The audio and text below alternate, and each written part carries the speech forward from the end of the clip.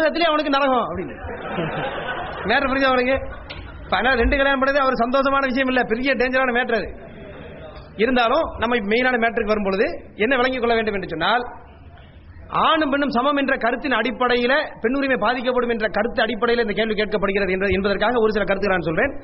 இஸ்லாத்தினுடைய நிலைப்பாடு என்ன என்றால், திருக்குறானில் இறைவன் சொல்லி காட்டுகின்றான்.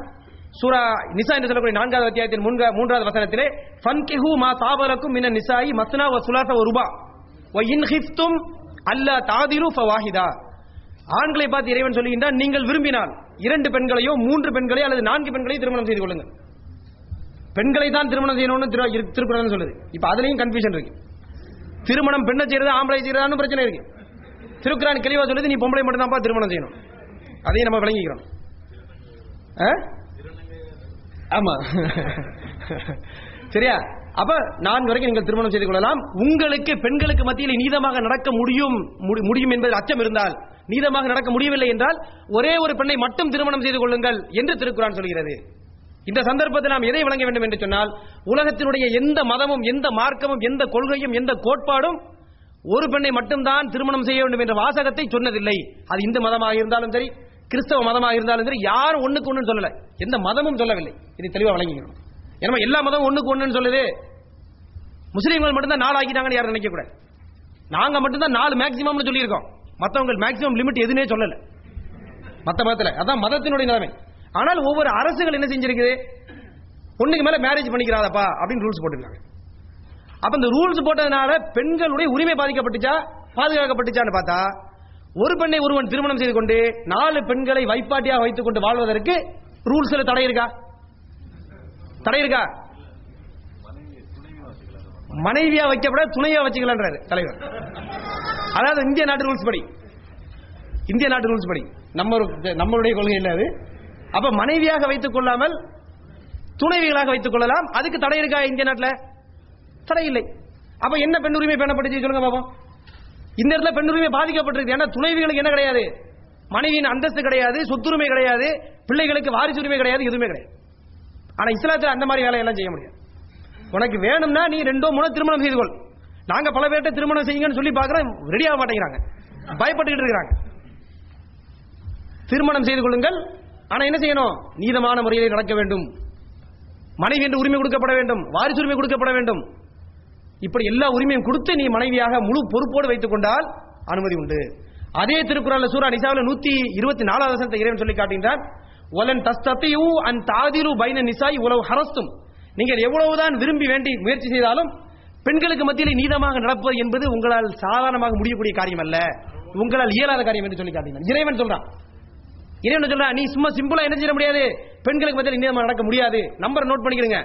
4 2 3 4 திருமணம் செய்வது 4வது அத்தியாயத்தின் 3வது வசனம். 2 பேருக்கு மத்தியில் நீ நீதமாக நடக்கிறது சாதாரண வேலை இல்ல, முடியாது, உனக்கு ரொம்ப டேஞ்சரான விஷயம் என்று இறைவன் எச்சரிக்கை செய்கிறான். 4வது அத்தியாயம் 124வது வசனம். அப்ப இதிலிருந்து என்ன விளங்குது என்று சொன்னால், இப்படிப்பட்ட ஒரு அனுமதியை இறைவன் தருகின்றான், வலியுறுத்தவில்லை. இஸ்லாம் எல்லா 4 பெண்ணுன்னு சொல்லல, அனுமதி இருக்கிறது. இந்த அனுமதி ஏன் தேவை என்று சொன்னால் பல்வேறு காரணங்களால் இது தேவைப்படுகிறது. இப்ப இன்னைக்கு இந்திய நம்ம நாட்டில் பார்க்கிறோம், பல பகுதிகளில் பார்க்கிறோம், போர் நடக்கிறது என்றால் ஆண்கள் இறக்கிறார்கள். பல்வேறு பிரச்சனைகள் ஆண்கள் இறப்பதை பார்க்கிறோம். உலகத்தில் உள்ள பிரிசன் பாப்புலேஷன், ஜெயிலில் இருக்கக்கூடிய மக்கள் தொகை அதிகமா யாரு, 90% மேல ஆண்கள். இப்படி எல்லா ஆண்களும் அங்கங்க போய் லாக் ஆயிட்டான்னு சொன்னா பொம்பளைகளுக்கு யார் வாழ்க்கை கொடுக்கிறது? அப்ப இஸ்லாம் என்ன செய்யுது, பெண்கள் பப்ளிக் ப்ராப்பர்ட்டியா இருக்காம பெண்களுக்கும் கண்ணியமான வாழ்க்கை கொடுக்கப்பட வேண்டும், அவர்கள் உரிமை பாதுகாக்கப்பட வேண்டும் என்பதற்காக இன்ன பிற பல்வேறு கருத்துக்கள் இருக்கின்றன. இப்ப நேரம் டைட்டா இருப்பதனால இப்படிப்பட்ட பல பல பல நன்மைகளை கருதி இப்படிப்பட்ட அனுமதி வழங்கப்பட்டிருக்கிறது. கட்டாயம் இல்லை, அனுமதி வழங்கப்பட்டிருக்கிறது. ஒருத்தனுக்கு ஒருத்தி என்பதை மற்றவர்கள் கோட்பாடாக சொல்கிறார்கள். இஸ்லாம் என்ன சொல்கிறது என்றால், ஒருத்திக்கு ஒருத்தன் என்பது இஸ்லாத்துடைய கோட்பாடு. நல்லா கவனிச்சுடுங்க. ஒருத்தனுக்கு ஒருத்தி என்பது மற்றவருடைய கோட்பாடு, ஒருத்திக்கு ஒருத்தன் என்பது இஸ்லாத்துடைய கோட்பாடு. அப்படின்னா என்ன, ஒவ்வொரு பெண்ணுக்கும் ஒருத்தன் தான் கணவனா இருக்க முடியும். அந்த கணவன் வேண்டாம், மேக்சிமம் 4 வரைக்கும் திருமணம் செய்து கொள்ளலாம். இதுதான் இஸ்லாத்தினுடைய நிலைப்பாடு. இப்ப இந்த அடிப்படையில் இறைவன் இந்த அனுமதி தந்திருக்கின்றான். இதனுடைய நெளிவு சுழிவுகளை இறைவன் முழுமையாக அறிந்தவன். நம்ம அறிவிலேயே பல விஷயங்களை நம்ம பார்க்கிறோம். ஆகவே பெண்களுடைய உரிமை பாதுகாக்கப்பட வேண்டும், பெண்கள் துணைவிகளாகவும் வைப்பாட்டிகளாகவும் ஆக்கப்படக்கூடாது, அவர்களுடைய உரிமைகள் பாலடிக்கப்படக்கூடாது, போகப் பொருளாக மாற்றப்படக்கூடாது, அனைவரும் கண்ணியமான முறையில் வாழ வேண்டும் என்ற உரிமை பாதுகாப்புக்காக இறைவன் அவர்களுக்கு கொடுத்த ஒரு கண்ணியமான ஒரு அனுமதி இது என்பதை இந்த சந்தர்ப்பத்திலே நாம் தெளிவுபடுத்திக் கொள்ள கடமைப்பட்டிருக்கிறோம்.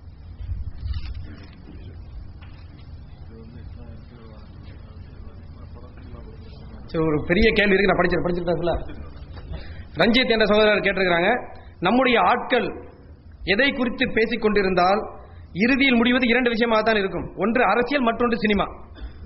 நாம் அரசியலை விட்டு விடுவோம், சினிமாவை மட்டும் எடுத்துக்கொள்வோம். ஏனென்றால் இன்று சினிமா என்பது நம்முடைய கலாச்சாரத்தில் ஒன்றாகிவிட்டது.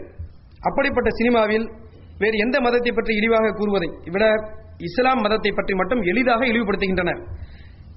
எவ்வாறொன்று உங்களுக்கு தெரியும், தீவிரவாதம் என்று ஒரு விஷயம் வந்துவிட்டால் அதை செய்பவன் ஒரு இஸ்லாமியன் என்று மட்டும்தான் காட்டுகின்றனர். இது உங்களோடு மட்டுமல்ல, இனி வரும் உங்கள் இளம் சமுதாயத்தினரையும் வெகுவாக பாதிக்கின்றது.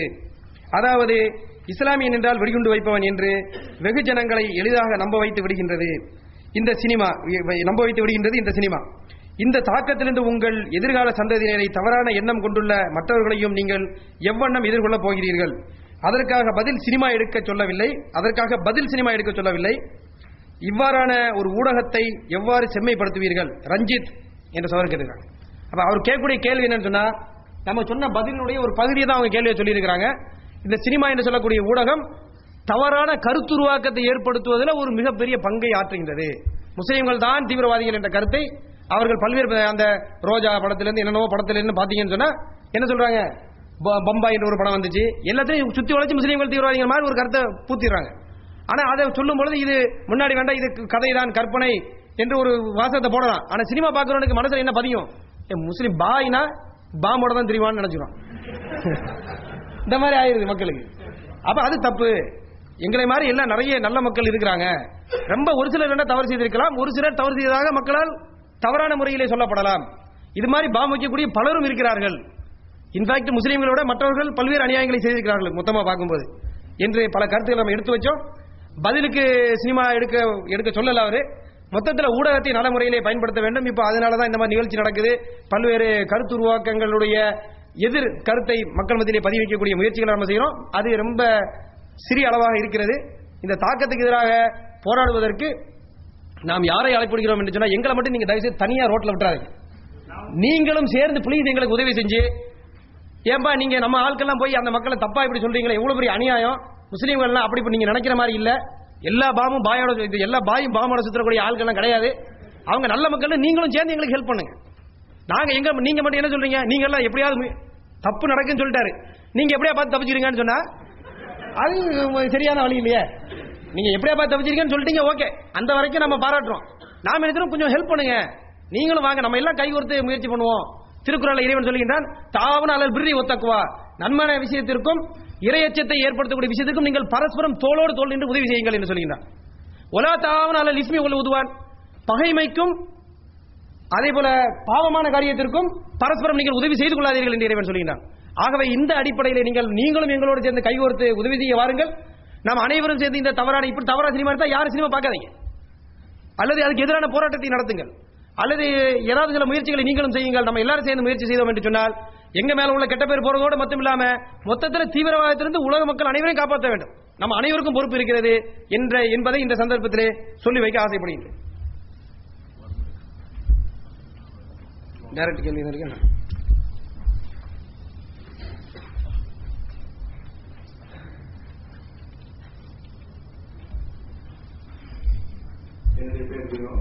வினோவா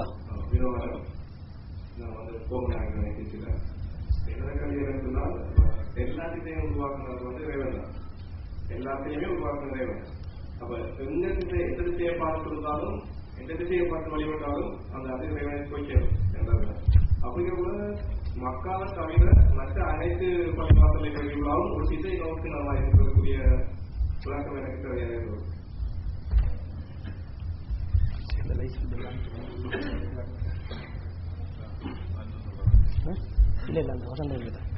சகோதரர் என்ன கேட்கிறாங்கன்னு சொன்னா, வினோ என்ற சகோதரர் கேட்கிறாங்க, எல்லா திசையும் இறைவன் தான் உருவாக்கினான். அப்படி இருக்கின்ற பொழுது ஒரு குறிப்பிட்ட திசை மட்டும் பார்த்து தொழ வேண்டும் என்று ஏன் சொல்ல வேண்டிய தேவை என்ன? அப்படித்தானே கேள்வி சகோதரர்? அப்படிதான் கேள்வி. இப்ப இதுல நம்ம சிம்பிளான முறையில் பார்த்தோம் என்று சொன்னால், நம்ம முதல் சேம் பதில் தான். என்ன பதில்? முதல் பதில், இந்த திசையை பார்த்து தொழ வேண்டும் என்பது இறைவனுடைய கட்டளை, அதனால நம்ம தொழுகிறோம். அது மட்டும் இல்லாம எல்லா திசையும் படைத்த இறைவன் இந்த திசையில மட்டும்தான் தொழுப்பான்னு சொல்லக்கூடிய உரிமை இருக்குதானே செய்யுது. இப்போ நீங்க இப்ப ஆபீஸ் இருக்குதுன்னு வைங்களேன், ஆபீஸ்ல 10 ஃப்ளோரும் ஆபீஸ் ஓனர் தான் பில்டிங் தான் கட்டியிருக்கான். அப்படி இருக்கவன் ஏன் என்னை 1வது ஃப்ளோர் வைக்க சொன்னான்னு கேட்க முடியுமா? அவன் 1வது ஃப்ளோர்லயும் வைக்க சொல்லலாம், 10வது ஃப்ளோர்லயும் இருக்க சொல்லலாம். அவன் எந்த ஃப்ளோர்ல நம்ம இருந்து வேலை செய்யணும் சொல்லலாம், அந்த ஃப்ளோர்ல இருந்து நம்ம வேலை செஞ்சிடணும். கரெக்டா இல்லையா? அது மாதிரி எல்லா திசையும் படைச்ச இறைவன் இந்த பக்கம் பார்த்து தொழுப்பான்னு சொன்னா அந்த பக்கம் பார்த்து தொழுதுற வேண்டியது. இவ்வளவுதான் விஷயம். இருந்தாலும் உங்கள் கேள்விக்கு என்று திருக்குறளுடைய வசனத்தை நான் பதிலா சொல்ல ஆசைப்படுகின்றேன். அந்த திருக்குறளுடைய 2வது அத்தியாயத்தில் 177வது வசனம். நீங்க கேள்வி கேட்பதற்கு கரெக்டா இறைவன் பதில் சொல்கின்றார். அந்த பதில் என்னவென்று சொன்னால், கிழக்கு மேற்கு ஆகியவற்றின் பக்கமாக உங்கள் முகங்களை நீங்கள் திருப்புவது மட்டும் நன்மை செய்ததாக ஆகிவிடுவது இல்லை. எனினும் நன்மை உடையவர் எவரெனில் உங்களில் எவர் அல்லாஹுவையும் இறுதி நாளையும் மலக்குகளையும் வேதத்தையும் நபிமார்களையும் விசுவாசித்து மேலும் செல்வத்தை தம் விருப்பத்தின் மீது பந்துக்களுக்கும் அனாதைகளுக்கும் ஏழைகளுக்கும் வழிப்போக்கர்களுக்கும் யாசிப்பவர்களுக்கும் அடிமைகளில் அவர்களை விடுவிப்பதற்காக கொடுத்தவரும் மேலும் தொழுகையை நிறைவேற்றி ஜக்காத்தையும் கொடுத்து வாக்களித்தால் தங்களது வாக்குறுதியை சரிவர நிறைவேற்ற வேண்டும். இது கவனிச்சிருங்க. வாக்கு கொடுத்தா நிறைவேற்றணும். அந்த வாக்கை ஜக்காத்தையும் கொடுத்து வாக்குறுதி நிறைவேற்றக்கூடியவர்களும் வறுமையின் போதும் துன்பத்திலும் நோய் நொடிகள் போன்ற கஷ்டத்திலும் யுத்த நேரத்திலும் பொறுமையுடன் இருந்தவர்களும் ஆவார். அத்தகையோர் தான் உண்மை சொன்னார்களே அவர்கள் ஆவர். இன்னும் இவர்கள் தான் பயபக்தியாளர்கள் என்று திருக்குறான் சொல்கிறது. மொத்தத்தில் இது சொல்லக்கூடிய செய்தி என்னவென்று சொன்னால், கிழக்க மேற்கன்னு திருப்பது ரொம்ப முக்கியமான மேட்டர் கிடையாது. திருக்குறான் இறைவன் சொல்ல, நம்ம சொல்லல. கிழக்கு திரும்ப மேற்கு திரும்ப மெயின் மேட்டர் கிடையாது. மெயின் மேட்டர் என்னது? இறைவனை நம்பி இறைவனுடைய தூதரை நம்பி மக்களுக்கு உதவி செய்து பொருளாதார செலவு செய்து கொடுத்த வாக்குறுதியை காப்பாற்றி இன்ன பிற பல்வேறு நன்மையான காரியங்களை யார் செய்கிறாரோ அவன்தான் இறைவன் மூலமாக பயபக்தி உடையவனாக கருதப்படுவான். அப்ப திசை என்பது அவ்வளவு பெரிய முக்கியத்துவம் வாய்ந்த விஷயம் அல்ல. ஆனாலும் இறைவனுடைய கட்டளைக்கு இணங்க காபா என்று சொல்லக்கூடிய அந்த ஆலயத்தை நோக்கி முஸ்லிம்கள் தொழ வேண்டும் என்பது அவர்கள் மீது கடமையாக இருக்கிறது.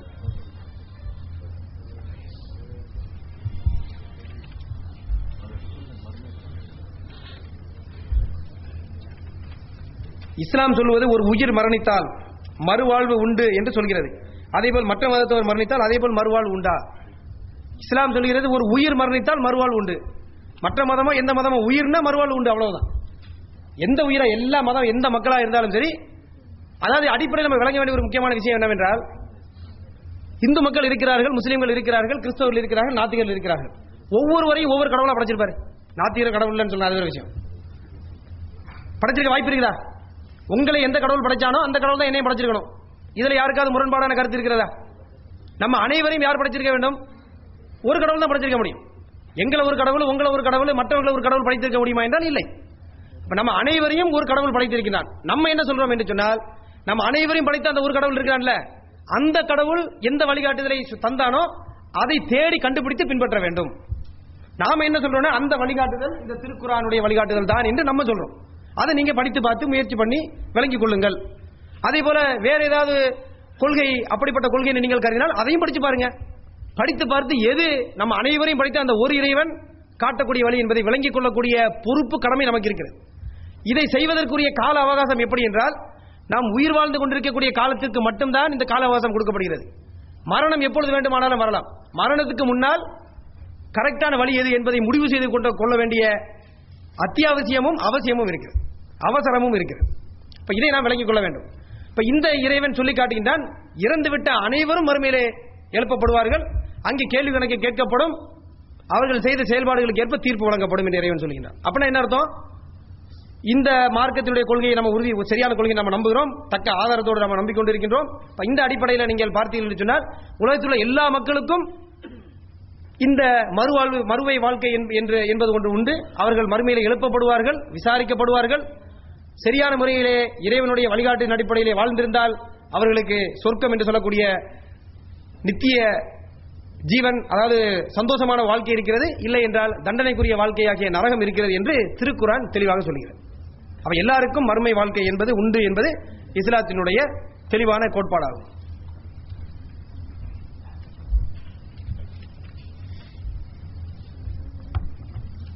உருவ வழிபாடு இல்லை என்று சொல்லும் உங்கள் மதத்தில் ஏன் பிறையை வணங்குகிறார்கள்? யாருமே பிறையை வணங்குறது இல்லை. பிறையை நீங்க ஏன் வணங்குறான்னு நினைச்சீங்க? பள்ளிவாசல் மேல பிறை போட்டதுனாலயா? பள்ளிவாசல் மேல திறந்த பிறை போட்டிருப்பாங்க. அதனால வணங்குறத நினைத்திருக்கிறார்கள். பிறையை யாருமே முஸ்லிம்கள் வணங்குறது கிடையாது. பிறையை எதுக்கு பயன்படுத்துகிறோம் என்று சொன்னால் அந்த மாதத்தை கணக்கிடுவதற்காக பிறையை பயன்படுத்துகிறோம். ஏனென்றால் அவங்க முதல்ல சொல்லி காட்டினாங்க, சூரியனும் சந்திரனும் கால கண்ணாடியாக இருக்கிறது. காலத்தை கணக்கிடுவதற்காக பல விளக்கத்தை எல்லாம் சொன்னாங்க. அப்ப காலத்தை கணக்கிடுவதற்கு மாதத்தை கணக்கிடுவதற்கு இன்னைக்கு வேண்டும் என்றால் உங்களுக்கு என்ன செய்யலாம், எல்லாம் எலக்ட்ரானிக் யுகத்தில் பல விஷயத்தை பார்க்கலாம். ஆனால் ஒரு சில நூற்றாண்டுகளுக்கு முன்னாடி பாத்தீங்கன்னு சொன்னா மாதத்தை கணக்கிடுவதற்கு மிக மிக பொருத்தமானது எது? சூரியனா சந்திரன்.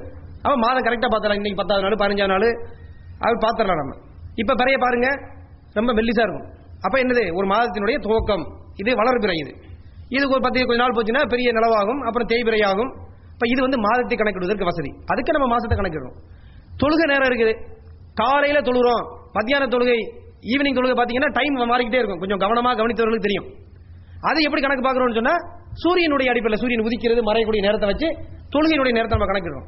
அப்ப நம்ம சூரியன் சந்திரன் எல்லாமே என்னது, மனிதனுடைய நன்மைக்காக இறைவனால் படைக்கப்பட்டவை. அப்ப முஸ்லிம்கள் எதை வணங்குறது இல்ல, சூரியனை சந்திரனை வணங்குறது இல்ல, சூரியனையும் சந்திரனையும் படைத்து அந்த இறைவனை வணங்குகிறார்கள்.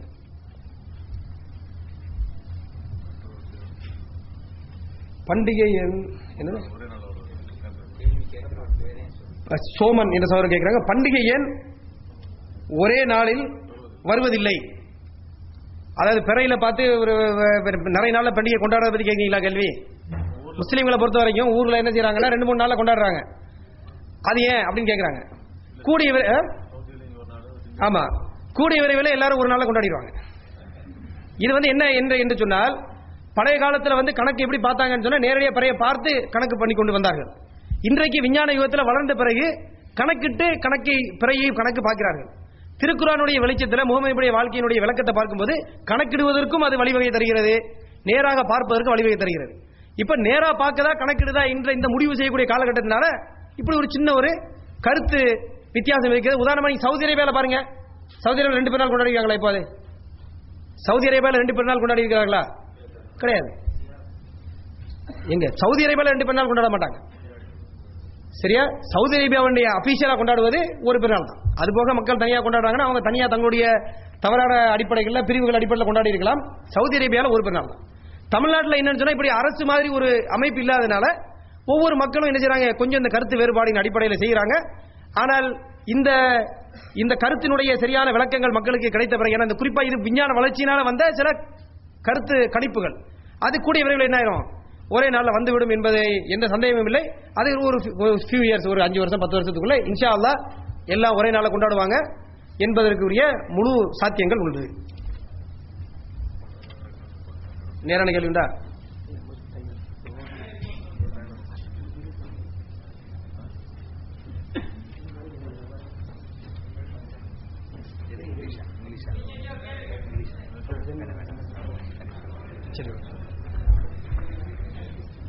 சரி, அங்க ஒரு கேள்வி சொல்லுங்க. ராஜு. Okay okay. மக்கா மதீனாவுக்கு இந்து மதத்தவர்கள் ஏன் செல்ல முடியாது அப்படின்னு கேட்டுக்கிறாங்க. இந்த கேள்வி வந்து இதுவும் சேம் தான், சிம்பிளான பதில் தான். என்ன பதில்? எந்த விஷயத்துக்குமே முஸ்லீம்களை பொறுத்தவரைக்கும் நாம எப்படி நம்ம இஷ்டத்துக்கு முடிவு பண்றது இல்ல. இறைவன் என்ன கட்டளைனா அதை எப்படி பின்பற்றுகிறோம். இந்த கேள்வியை நீங்க மக்கா மதீனாவுக்கு நான் ஏன் செல்ல முடியாதுன்னு கேட்டீங்கன்னு சொன்னா நான் ஈஸியா பதில் சொல்லிடுவேன். இந்து மக்கள் ஏன் செல்ல முடியாதுன்னு சொன்னா அவர்கள் போக முடியாது. நீங்கள் செல்ல வேண்டும் என்றால் ஈஸியா செல்ல முடியும். எப்படி செல்லலாம்? அந்த ஒரே இறைவனை ஏற்றுக்கொண்டேன், அந்த முகமது நபியை தூரா ஏற்றுக்கொண்டேன் என்று நீங்கள் ஒத்துக்கொண்டால் நீங்க என்ன செஞ்சிடலாம், மக்காவுக்கு போகலாம். மக்காவுக்கு வரப்படாதுன்னு நம்ம யாரையுமே தடுக்கிறது கிடையாது. ஆனால் வருவதற்குரிய கண்டிஷன் என்னவென்று சொன்னால் அந்த மக்கா என்று சொல்லக்கூடிய புனித நகரம், புனித அந்த பகுதி இறைவனை வணங்கக்கூடிய அந்த புனித ஆலயம், உலகத்திலே முதலாக உருவாக்கப்பட்ட ஆலயம் உள்ள அந்த நகரம் அது. இப்ப அங்க இறை வணக்கத்திற்கு என்றே உள்ள ஒரு முக்கியமான நகரம். அப்ப அந்த இடத்துல எல்லாம் வல்ல அந்த இறைவனை யார் ஏற்றுக்கொள்கிறார்களோ, அந்த முகமது நபி இறை தூதர் என்று யார் ஏற்றுக்கொள்கிறார்களோ அவர்கள் அனைவரும் வருவதற்கு அனுமதி உண்டு.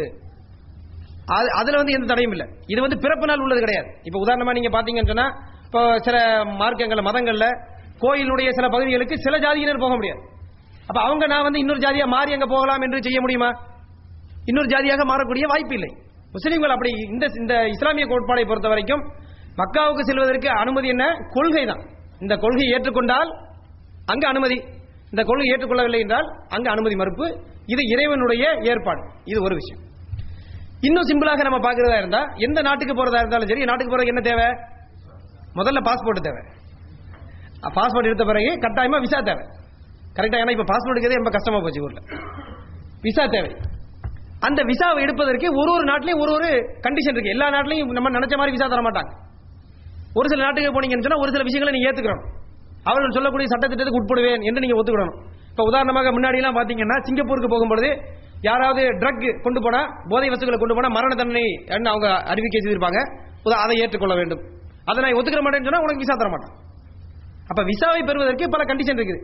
அப்ப அதே போல மதீனாவுக்கு மக்காவுக்கு உள்ள அந்த ஹரம் என்று சொல்லக்கூடிய புனித பகுதிக்குள்ளே நுழைய வேண்டும் என்றால் அந்த விசா என்று சொல்லக்கூடிய அனுமதியை பெறுவதற்கு கண்டிஷன் என்ன என்று சொன்னால், அந்த எந்த இறைவனுடைய முக்கியமான ஆலயம் அங்கு இருக்கிறதோ அந்த இறைவனை நான் ஏற்றுக்கொண்டேன் என்று யார் டிக்ளேர் செய்கிறார்களோ அவர்கள் உடனடியாக அங்க போறாங்க. இக்காமால மாத்தணும் கூட அவசியம் கிடையாது. டிக்ளேர் பண்ணிட்டாலே ஒரு தாவாசன்ல இருந்து ஒரு லெட்டர் வாங்கிட்டு போயிடலாம், ஒன்றும் பிரச்சனை இல்லை. இன்னொன்னு என்னண்டா, அப்படி அங்க போகாமல் இருந்தா எதையாவது பார்க்காம நீங்க மிஸ் பண்ணிடுவீங்களா? அப்படி ஒன்றும் கிடையாது. போய் நீங்க பாக்குறதை விட இங்க டிவியில பாக்குறது இன்னும் தெளிவா பாத்துடலாம். மக்கள் என்ன நடக்குது என்ன இருக்குங்கிறத டிவியில பார்த்தா நல்ல தெளிவா பாத்துடலாம். அங்க போய் பார்க்கும்போது அங்க உள்ள நெரிசல்ல கூட்டத்தில் பார்ப்பதற்கு வாய்ப்பு இல்லை. அதனால பார்க்கக்கூடிய அளவுக்கு ஒன்றும் இல்லை. என்ன நடக்குது, தொழுகையினுடைய அந்த கட்டுக்கோப்பு, அல்லாஹ் அக்பர் என்று சொன்ன உடனே கடகடன்னு எல்லாரும் எப்படி ஒரு கட்டுக்கோப்பா நிக்கிறாங்க. இப்படிப்பட்ட ஆச்சரியமான இந்த கட்டுக்கோப்பான செயல்பாடுகள் மக்களுடைய சிந்தனையை தூண்டுவதற்கு அவங்க என்ன செய்யலாம், டிவியில பார்ப்பதே கூட போதுமானதாக இருக்கிறது என்பதை விளங்கிக் கொள்ள வேண்டும். இதுதான் இஸ்லாத்தின் நிலைப்பாடு, இறைவனுடைய கட்டளை. அதான் மெயின் பாயிண்ட்.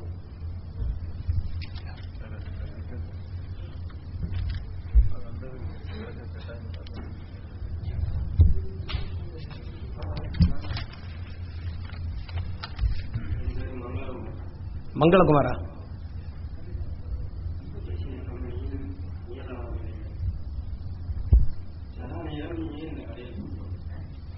சலா நேரம் ஏன் கடை போட்டோம்?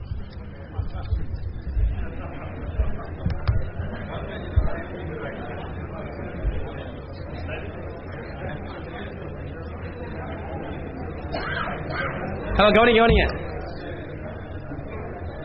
மங்களகுமார் என்ற சகோதரர் கேள்வி கேட்டுக்கிறாங்க, சலா நேரத்தில் ஏன் கடையை போட்டுருவாங்க? எல்லாரும் சலாக்கு போகணுங்கிறது தான். எதுக்கு எல்லாரும் சலாக்கு போகணுங்கிறது தான் கடையை போட்டுறாங்க. சலாவுக்கு போவதற்கு ஒரு வசதி ஏற்படுத்துவதற்காக அந்த நேரத்தில் இந்த அரசாங்கம் என்ன செஞ்சிருக்குது, கடையை பூட்டுவதற்கு ஒரு அவருடைய அந்த நாட்டினுடைய சட்டமாக இயற்றி. ஏன்னா சில பேர் நினைப்பாங்க, இப்ப சலாவுக்கு எனக்கு போகணும்னு வச்சுடுங்க, பக்கத்தில் உள்ள கடையை மூட மாட்டான். அப்ப நான் நினைப்பேன், நான் மட்டும் மூடிட்டு போனா பிசினஸ் பாதிச்சிடும்னு யோசிப்பேன்ல. அப்ப நானும் மூடிட்டு சலாக்கு போக மாட்டேன். இப்படி எல்லாம் டென்ஷன் ஆயிடக்கூடாதுங்கிறதுக்காக எல்லாரும் கடையை மூடுங்கப்பா, அப்படி மூடிட்டா போ சலாவுக்கு போறவங்கலாம் போங்க அப்படின்னு சலாவுக்கு போய் தொழுவதற்கு உள்ள வசதிக்காக மற்ற மூடலை நினைச்சு நம்ம மூடாம இருந்து தொழுகைக்கு போகாம இருந்துடக்கூடாது என்ற இந்த நல்ல நோக்கத்தில் அதை ஃபெசிலிட்டேட் வசதி செய்வதற்கு இந்த ஏற்பாடு செய்யப்பட்டிருக்கிறது. அது குறிப்பா பெரிய ஆபீஸ்கள் பெரிய நிறுவனங்களை பொறுத்த வரைக்கும் இந்த கடை மூடுற விளையாட்டுலாம் கிடையாது. அங்க அந்தந்த அந்த ஆபீஸ்கள்லயே தொழக்கூடிய ஏற்பாடுகள் இருக்கும், அங்க தொழுகை நடக்கும். இப்ப இந்த நிகழ்ச்சி நடந்துச்சுன்னு சொன்னா நம்ம நிகழ்ச்சியை கடை போட்ட மாதிரி பூட்டல, சில டைம்ல நிகழ்ச்சி தொடர்ந்து நடக்கிறது. அப்ப சும்மா அந்த பப்ளிக்ல இருக்கக்கூடிய இந்த ரீட்டைல் கடைகள் என்று சொல்லக்கூடிய இந்த கடைகள்ல இந்த தொழுகை வசதிக்காக இந்த ஏற்பாடு செய்யப்பட்டிருக்கு. அப்படியா கேட்கணும். இதுதான் லாஸ்ட் கேள்வி, அதாவது மை கேள்வி. அடுத்தது இந்த ஒரு கேள்வி.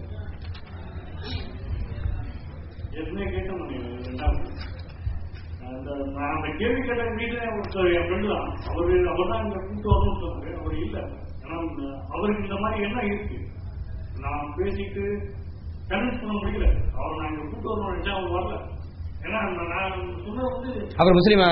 ஆமா, அதனாலதான் அவரை நான் கூட்டு வரணும்னு நினைச்சேன். அவரை வச்சுதான் அந்த கேள்வி கேட்க நினைச்சேன். அப்படி இல்லை, பிரச்சனை இல்லை. ஏன்னா நான் முதல் படிப்பு இப்ப வந்து நம்ம இல்லைன்னு சொல்றேன். நீங்க வந்து சொன்னீங்க இஸ்லாம் இன்டியூஸ் டெரரிசம் இப்ப நிறைய இருக்கு. என்ன என்ன இது வந்து உண்மை, மறுக்க முடியாது. ஏன்னா மற்ற நீங்க சொன்ன நீ எடுத்து கொடுத்த எல்லா எக்ஸாம்பிளுமே ரிலீஜனை பேஸ் பண்ணி வரவே இல்லை. நீங்க சொன்ன எல்லா ரவாண்டால வந்து ரோட்டை யார் எடுத்தாலுமே ரிலீஜன் என்னோட ரிலீஜனை நான் தூக்குறேன் அப்படின்றதா பண்ணவே இல்லை. ஏன்னா இப்ப ஜியா இந்த டேர்ம் வந்து ஜியாங்கிற புனித பொருள்ன்றது வந்து ஒரு அருமையான வார்த்தை. சரி, எனக்கு கேள்வி புரிஞ்சுட்டு பதில் சொல்லிடுவானா? சரி, ஓகே. கேள்வி புரிந்து விட்ட சகோதரிய கேள்வி. அதுக்கு நம்ம சுருக்கமா பதில் சொல்லுவோம். ஏன்னா இது திரும்ப பேசணும், இன்னொரு 2 ஹவர்ஸுக்கு பேசுறதுக்கு விஷயம் இருக்கு. ஓகே, பாயிண்ட் ரொம்ப சிம்பிள். அவங்க சொல்லக்கூடிய கருத்து என்னன்னா, இஸ்லாத்தினுடைய மூலமா வருது, இந்த மார்க்கத்தினால வருது, மற்றது மார்க்கத்தினால வரல அப்படிங்கறது தான் மெயினான கருத்துங்க. அதுவும் உண்மையா அப்படின்னு பார்க்கணும்ல. அது உண்மையானு பார்த்தா இப்ப லேட்டஸ்ட் ரெக்கார்ட்ல இருந்து ரிவர்ஸ் போனீங்கன்னு சொன்னா, இந்த சாஃப்ரான் டெரரிசம் வந்தது பாத்தீங்களா? இந்த பேர் நம்ம கொடுக்கல, யார் கொடுத்தா? பப்ளிக்கு கொடுத்தாங்க. இந்திய நாட்டினுடைய யாருங்க இவரு ஹோம் மினிஸ்டர் சிதம்பரம் சொல்றாரு இது saffron terrorism. Prime minister chief ministers மீட்டிங்ல சாஃப்ரான் டெரரிசம் ஒரு அஜெண்டா வச்சு பேசப்படுது. அப்ப நம்ம பேர் கொடுக்கல. அப்ப அப்படி டெரரிசம் இருக்குன்னு சொல்லி அவங்க தான் என்ன மதத்தின் அடிப்படையில் உள்ளதுன்னு சொல்லப்பட்டிருக்கு. இது ஒரு பாயிண்ட். அதே மாதிரி இந்த நார்வேல் நடந்த சம்பவத்துல அவனே சொல்றான், இது வந்து இஸ்லாத்துக்கு எதிரா அவங்க வந்து நம்மள ஆக்கிரமிச்சிருவாங்க, இந்த இவங்களுடைய கொள்கை நிலைநாட்டுறதுக்கு போராடுங்க அப்படின்னு சொல்றான். அப்ப இஸ்லாத்துக்கு எதிராக வந்தாலும் இஸ்லாம் தான் இன்டியூஸ் பண்ணு சொல்லக்கூடாது ஒரு பேச்சுக்கு. கரெக்டா? இது ஓகே. இதுக்கு பிறகு உண்மையிலே வரலாறு நீங்க முன்னாடி போனீங்கன்னு வைங்களேன், கொஞ்ச நாளைக்கு முன்னாடி இந்திய தமிழ்நாட்டில் எடுத்துக்கிடுங்க, சைவ சமண சமயத்துக்கு மத்தியில் எங்க சண்டை நடந்துருக்கா இல்லையா? உங்களை சொல்லல, நான் பொதுவா சொல்றேன். மதத்துக்கு இடையில சைவ மதம் சமண மதம் இதுக்கெல்லாம் எவ்வளவு வெட்டுக்குத்து நடந்திருக்குது, ஏகப்பட்ட சண்டை நடந்திருக்கு. தமிழ் அறிஞர் இருக்கிறாரு, கரெக்டா இல்லையாங்க? நடந்திருக்கு, நிறைய நடந்திருக்கு. அந்த துவேஷம் தான் இது ஒண்ணு. இது ஒரு பாயிண்ட் ஆச்சா? இப்ப சைவ சமணம் ஒரு பாயிண்ட். இதே மாதிரி நீங்க வந்து கிறிஸ்தவத்துடைய ஸ்டார்டிங்ல போங்க. கிறிஸ்துவ கொள்கையை வந்து அந்த கான்ஸ்டன்டைன் என்று சொல்லக்கூடியவர் எஸ்டாப்ளிஷ் பண்ணும்போது மில்லியன் கணக்கான மக்கள், மில்லியன் சும்மா இல்ல 1-2 இல்ல, மில்லியன் கணக்கான மக்கள் அந்த மார்க்கத்துடைய கொள்கையை நிலைநாட்டுவது கொல்லப்பட்டார்கள். யூனிடேரியன்ஸ் வந்து கொல்லப்பட்டார்கள். ஈஸ்டர்ன் சர்ச் எல்லாம் என்ன சொல்லப்படுது, அவர்கள் அப்போ இது அதாவது என்னது தடை செய்யப்பட்டவர்கள் என்று, அதாவது வழிகேடர்கள் என்று சொல்லப்பட்டார்கள். அவர்கள் வந்து தவறான வழியில் இருக்கிறார்கள் என்று மெயின் சர்ச் சொல்லிச்சு. யாரு? கான்ஸ்டன்டைனுடைய அந்த ஆட்சிக்கு பிறகு மில்லியன் கணக்கான மக்கள் கொல்லப்பட்டார்கள். அந்த அளவுக்கு உலகத்தில் யாருமே சண்டை போடல என்று வரலாற்று ஆசிரியர் எழுதுறாங்க, கிறிஸ்தவ வரலாற்று ஆசிரியர். சரியா? அதுக்கப்புறமா நடந்தது இந்த ஹோலி வார்னு ஒரு வார்த்தை சொன்னீங்க. ஹோலி வார்ங்கிற வார்த்தை முத உபயோகிச்சது யார் தெரியுமா? குருசேட்ஸ் என்று சொல்லக்கூடிய அந்த குருசேட்ல போப் அர்பன் என்று சொல்லக்கூடியவர் அந்த மக்களை திரட்டுவதற்கு அவர் உபயோகித்த பதம் தான் ஹோலி வார். இஸ்லாத்தில் எங்கேயுமே ஹர்புல் முகத்தஸா ஹோலி வார்னு வார்த்தையே கிடையாது. இன்னைக்கு தான் ஜிஹாத் ஹோலி வார்னு மக்கள் தான் கூட சேர்த்திருக்கிறார்கள். இல்லாம அபிஷியலா ஹோலி வார் என்று சொல்லக்கூடிய பதத்தை உபயோகித்தது கிறிஸ்தவ சர்ச். அதனுடைய அந்த போப் அர்பன் 2ங்கிறவர் தான் ஃபவுண்டர். அதுக்கு அப்ப இப்படிப்பட்ட பல கருத்துக்கள் இருக்கின்றன. அதனால நீங்க அந்த பர்டிகுலர் கேள்வி கேட்கறதுனால நம்ம அந்த டீடைல் சொல்லல. உண்மையிலே நீங்க வரலாற்றை போய் நடுநிலைமையோட படிச்சீங்கன்னு சொன்னா இந்த கருத்து சரியில்லை. நம்ம வந்து எதை மறுக்கல. இப்ப முஸ்லீம்கள் யாராவது தவறான வழியில போனாங்கன்னா போயிட்டு போட்டு நம்ம சொல்லல, அதையும் சரி பண்ணதான் செய்யணும். ஆனா இவன் மட்டும் தான் போறா, மத்தவங்க தெளிவா இருக்கான்னு சொல்லக்கூடாது.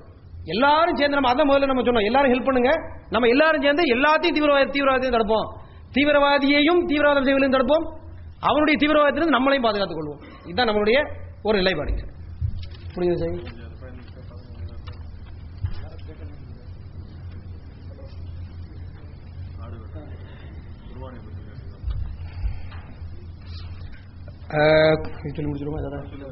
இதுதான் கடைசியான கேள்வி. குப்புசாமி என்று சொல்லக்கூடிய சகோதரர் கேட்டிருக்காங்க, அரேபியன் கான்ட்ராக்டிங், ரமதான் பெருநாள் பக்ரீத் பெருநாளில் அதிகமான ஆடுகளை அறுக்க வேண்டும் என்று குர்ஆனில் உண்டா? இந்துக்கள் கோயில்களில் ஆடு மாடுகளை பலி கொடுப்பதை நிப்பாட்டி இப்பொழுது மறுபடியும் ஆரம்பித்துள்ளார்கள். தயவு செய்து இதனை விளக்கவும் நன்றி. இந்த ஆடு மாடுகளை பொறுத்த வரைக்கும், முஸ்லீம்களை பொறுத்த வரைக்கும் ரமதான்ல நம்ம முஸ்லீம் எல்லா நாளுமே ஆடு எடுத்துக்கிட்டு இருக்கோம். அது ஒரு விஷயம். ஆடு இப்ப நான் கறி சாப்பிட டெய்லி ஆடு எடுத்துட்டு தான் இருக்கிறோம். ஆமா, அதனால ஆடு இருக்கிறதுங்கிறது வளமையா நடக்கக்கூடிய மேட்டர் தான். ஆனா இந்த பெருநாளைக்கு ஸ்பெஷல் ஆடு இருக்கிறது வந்து இந்த பக்ரீத் பெருநாள் சொல்லுவாங்க. ஈதுல் அதுஹா என்று சொல்லக்கூடிய அந்த பெருநாளைக்கு இந்த ஆடு அறுப்பது என்று சொல்லக்கூடிய அந்த ஒரு செயல்பாடு ஒரு இறை வணக்கமாக கருதப்படுகிறது. அதாவது ஏப்ரஹாம் என்று சொல்லக்கூடிய அந்த நபி அவர்கள் தங்களது முதல் மகனாகிய இஸ்மாயில் அலைஹிஸ்ஸலாம் அவர்களை அறுத்து பலியிட வேண்டும் என்று இறைவன் கட்டளையிட்டான். அதை அவர்கள் நிறைவேற்றுகிறார்களா என்று சோதித்தான். அதை நிறைவேற்ற எத்தனிக்கின்ற பொழுது அவரது அந்த அடி பணிதலை ஏற்றுக்கொண்டு ஒரு இறைவன் அவருக்கு பதிலாக பகரமாக ஒரு ஆடை கொடுத்து அதை அறுக்க வேண்டும் என்று பணித்தான். அந்த ஆடை அறுத்தார்கள். அது தியாகத்தின் சின்னமாக கருதப்படுகிறது இந்த செயல்பாடு. அந்த அடிப்படை